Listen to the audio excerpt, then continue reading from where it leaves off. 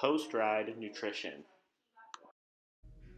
What's up, everyone? Dr. Haze here at OCPT, Orange County Physical Therapy in Newport Beach. Welcome back to our cycling playlist. Our last video, we talked a little bit about nutrition on the bike, specifically fluid replenishment and carbohydrate replenishment and how important that is to your actual performance on the bike, and making sure that you keep the energy levels up that you need to continue to cycle. It's also very important, the nutrition on the bike, because it's the beginning of the recovery process for when you get off of the bike. So this video is going to be talking a little bit more about that. So nutrition once you get off the bike. So in an ideal situation, we've done really well with our nutrition on the bike, keeping up with 14 to 20 ounces of fluid, plain water or electrolyte balance an hour for our training session, and then also 30 grams to 60 grams of carbohydrates per hour of our training session. So hopefully we've done well with that part, but now you get off the bike, and most of the time you're not starving as soon as you get off the bike, but it's a matter of time before you feel like a furnace, especially if you've been riding 4 or 5 hours and you feel like you could just eat whatever. To a certain extent, yes, putting some sort of food into you, whether that be In-N-Out or some sort of greasy pizza or something like that, will work as far as getting nutrition back into your body, but that's not necessarily the best thing for you. And especially if you're using cycling as a way to try to be healthier, try to maintain weight or lose weight, that's not going to be the route you want to go. But most importantly, it's not going to be the best way to recover. It's not going to be what's going to help you in the long run to perform better on the bicycle and to recover quicker after your ride. So in order to do that, what should we be intaking? So there's a laundry list of things that you can be intaking. The body's gonna need nutrition when you get off the bike.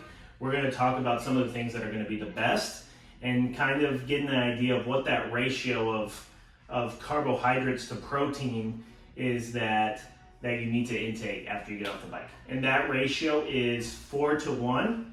And some people will say 3 to 1, but you're generally safe saying 3 to 1 or 4 to 1. So when what that means when you're looking at a nutrition label on something, or when you're counting the macros of whatever meal you're about to eat, there should be a ratio of about 4 carbohydrates, so 4 grams of carbohydrate for every 1 gram of protein. So really important that even if it's a smaller ratio, important that we're getting the protein, because protein is going to be what helps us replenish our muscle cells, prevent further breakdown from an intense energy bout, and it's just the building block of everything that we have going on in our body and our organs, our muscles. Super important that we're intaking our protein. And then carbohydrate is our gasoline. It's our energy cell. It's what the brain feeds off of. It's what our muscles work off of. We have to have carbohydrates.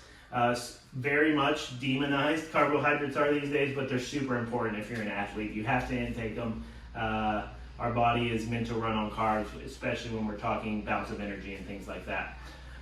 So remember, that ratio is going to be 4 to 1 or 3 to 1. What are some of the best things? The easy thing, let's talk easy thing first. Easy thing is going to be a recovery drink. Hundreds out there. What you want to look for in a recovery drink is that ratio, 4 to 1, 3 to 1. Most of the time, if they are a well-established recovery drink and they have a famous name, I won't name any names, they've done the legwork, they have that ratio already. But there are some out there that you have to watch out they start adding in a bunch of different things that haven't really been heavily researched. You see a lot of things with herbal supplements now, and added sugars and things like that. So you want to try to avoid those types of recovery drinks that haven't been well vetted or you really haven't heard of. But for the most part, you're going to be safe with some of the more popular brands of recovery drinks. There's a reason they're popular. There's a reason they're around. They get the job done.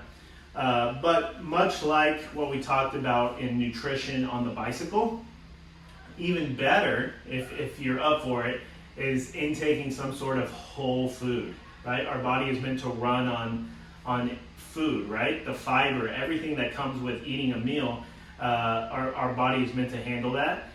Recovery drinks are great in a pinch, but if you have time to intake real nutrients, that's great. So we're going to talk a little bit. I have a little bit of a list of things that are going to be great after a ride.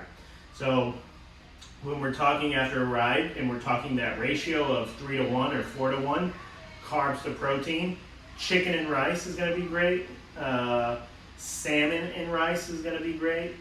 I know what you're thinking. You get off the bike in the morning and you're like, oh, let's have some chicken and rice or salmon and rice. Not the most ideal meal, but it's a great recovery meal. What else? We're talking eggs on toast, or maybe if you like avocado toast with smoked salmon. That's a great recovery meal. Has all the nutrition that you need, and it meets that ratio that we're talking about. Sweet potatoes. If you're in a hurry, nuts and dry fruits works really, really well. And a peanut butter and jelly sandwich. Something as simple as that it meets that ratio, and it gets the carbohydrates back into the bloodstream, gets your glycogen stores back up so you're ready to go for another bout of cycling. Not that day, but moving forward, you're recovered. Because if you remember from our first video, glycogen is that building block of carbohydrates that's stored in our muscles. And that's what gets us through like the first hour of our exercise. So important to rebuild that. So that's going to be a few of the things when you get off the bike that are going to be great. Much like the nutrition on the bicycle, and here you're going to have even a bigger breath to work with. Experiment, right? What do you like to eat when you get off the bike? Try to keep it relatively low in fats. And refined sugars. Make sure if the sugar is all coming from like grain or from like a citrus fruit or things like that, and try to avoid refined or added sugars in your supplements and things like that. When in doubt, leave a comment for us, and we'll be glad to answer any questions you may have about a meal after you get off the bike. But in general, stick to that ratio of 4 to 1 or 3 to 1. I would say if you are a more novice cyclist, the 3 to 1 is going to be a little bit better, because you don't want to get too carb heavy if your exercise bouts aren't heavy enough, because you could be intaking a little more carbohydrate than you need to.